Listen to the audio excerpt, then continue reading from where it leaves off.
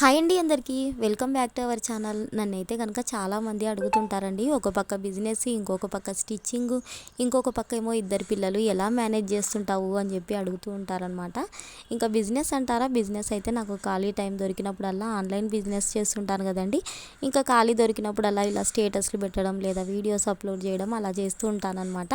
ఇంకా ఈ స్టిచ్చింగ్కి వస్తే కనుక నైట్ టైమ్స్ అయితే కనుక అన్నీ కట్ చేసి పెట్టుకుంటానండి, ఏమైనా స్టిచ్చింగ్ ఉంటే కనుక. ఇంకా మార్నింగ్ ఎప్పుడైనా పిల్లలు పడుకున్నప్పుడు అలాంటప్పుడు ఏం చేస్తానంటే కనుక ఇలా మొత్తం అంతా కూడా గమ్ము పెట్టేసి ఫ్యాబ్రిక్ అయితే అంటించి పెట్టుకుంటానండి. ఎందుకంటే ఊకే మిషన్ సౌండ్ వస్తే పిల్లలు లేస్తారు కదా అన్నట్లు. ఇంకా ఫ్యాబ్రిక్ అంతా కూడా మెయిన్ ఫ్యాబ్రిక్, లైనింగు ఇలా అంతా కూడా గమ్ము పెట్టి అతికించేస్తానమాట. ఇలా అయితే కనుక మనకి ఫాస్ట్గా కూడా కంప్లీట్ అవుతుందన్నమాట.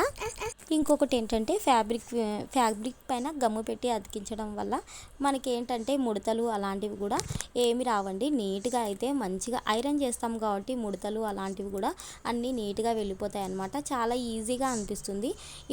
ఒకటేమేని దానిపైన కుట్టడం కంటే కనుక ఇలా ఫ్యాబ్రిక్తో కనుక ఫ్యాబ్రిక్ అంటించేసామంటే కనుక త్వరగా కూడా పని అయిపోతుందండి, క్విక్గా అయిపోతుంది.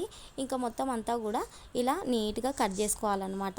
ఎంతవరకు అయితే లైనింగ్ ఉంటుందో అంతవరకు నీట్గా కూడా కట్ చేసుకోవాలి. చూడండి ఎంత నీట్గా ఉందో, ఎక్కడ కూడా బబుల్స్ లాగా కానీ అలా ఎక్కడ రాదనమాట. ఎందుకంటే ఐరనింగ్ చేసేస్తాము, ముడతలు అవన్నీ కూడా వెళ్ళిపోతాయి. మనకు స్టిచ్ చేసేటప్పుడు కూడా చాలా నీట్గా ఉంటుందన్నమాట.